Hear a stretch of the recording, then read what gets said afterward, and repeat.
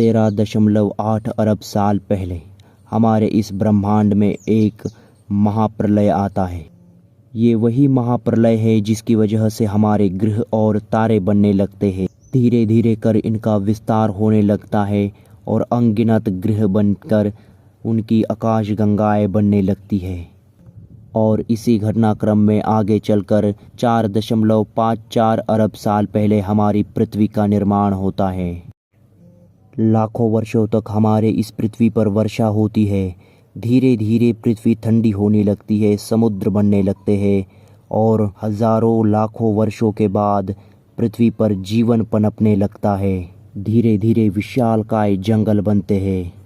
धीरे धीरे उन विशाल जंगलों में शुरुआत होती है उन प्राणियों की जिन्होंने आगे चलकर हजारों वर्षों तक पृथ्वी पर राज किया। जी हाँ, मैं बात कर रहा हूँ उन्हीं विशालकाय प्राणियों की जिन्हें हम डायनासोर्स के नाम से जानते हैं। वैज्ञानिक मानते हैं कि यह डायनासोर शाकाहारी और मांसाहारी दोनों प्रकार के हुआ करते थे।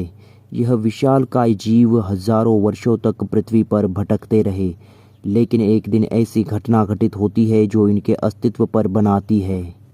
एक विशालकाय उल्कापिंड जो धरती की तरफ बढ़ रहा था। यह उल्कापिंड धरती से टकराता है और पूरी पृथ्वी एक गहरे अंधेरे में चली जाती है और आखिरकार इन विशालकाय जीवों का युग समाप्त होता है। एक लंबे अंधकार युग के बाद पृथ्वी अब एक नई प्रजाति की तलाश में थी जो पूरी पृथ्वी को नाप सके। और लाखों करोड़ों वर्षों के बाद शुरुआत होती है अफ्रीका के जंगलों से। यहाँ पर बंदर जैसे दिखने वाले जीव विकसित हो रहे थे।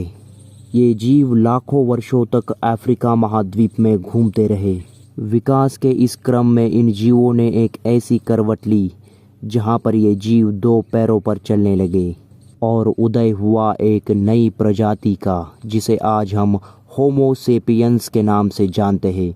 यानी ये वही प्रजाति थी जिसके विकास ने हमारे यानी इंसानों के वजूद को सही मायनों में आकार दिया। यानी हम मनुष्यों का पहला ऐसा पूर्वज जिसे हम सीधे तौर पर खुद का पूर्वज कह सकते हैं। इन्होंने विकास का एक लंबा क्रम देखा और इसी क्रम में आज से 30,000 साल पहले पाषाण युग की शुरुआत हुई।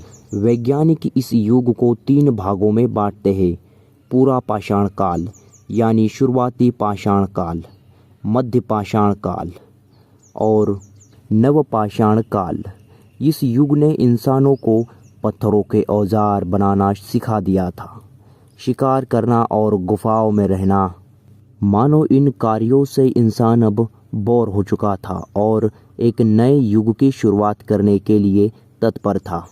आज से करीब 7,000 साल पहले सिंधु नदी के किनारे इंसान बसने लगे। वही टिग्रिस और फराद नदी के किनारे भी इंसानों ने अपना बसेरा बसा लिया था। धीरे धीरे कर इन लोगों ने विशालकाय सभ्यताओं का निर्माण करना शुरू कर दिया। इंसान यहाँ संगठित रहकर पक्के मकान बनाते थे, समुद्री मार्गों की खोज की, व्यापार के लिए जहाज बनाए। विकास के इस क्रम में इन्होंने भाषाओं का विकास किया। प्रथम बार लेखन प्रणाली को भी इंसानों ने विकसित किया। व्यापार का एक ऐसा जाल बुना कि जो इंसानी इतिहास को एक नई दिशा दे रहा था। ये वही सभ्यताओं का दौर था जब सिंधु सभ्यता, चीनी सभ्यता, मिस्र की सभ्यता, बेबीलोन की सभ्यता विकसित हो रही थी। जहां अब बदलते दौर के साथ भारत में वैदिक युग की शुरुआत हो गई। इस दौर को कांस्य युग कहा गया। समय ने फिर एक बार करवट बदली और बदलते दौर के साथ साथ अब कांस्य युग भी समाप्त हो गया। भारत में अब जनपद काल की शुरुआत हो रही थी।